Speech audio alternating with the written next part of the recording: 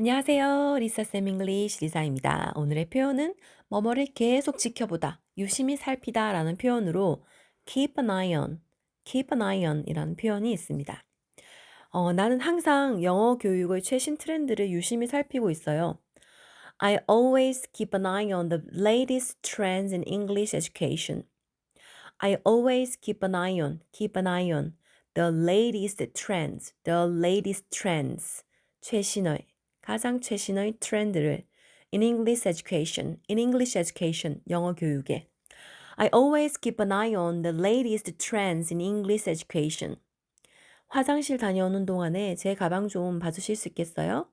Could you keep an eye on my bag while I go to the restroom?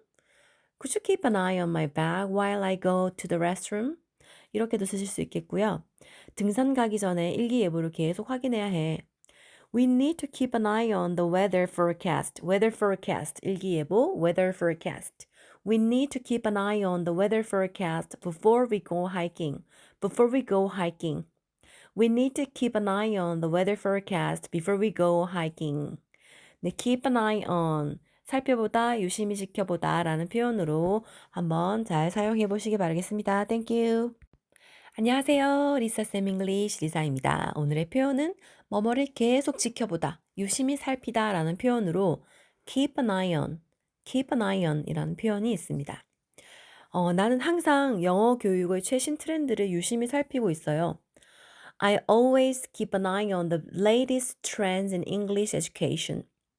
I always keep an eye on the latest trends, the latest trends.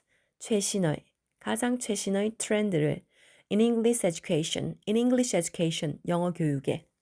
I always keep an eye on the latest trends in English education. 화장실 다녀오는 동안에 제 가방 좀 봐주실 수 있겠어요? Could you keep an eye on my bag while I go to the restroom?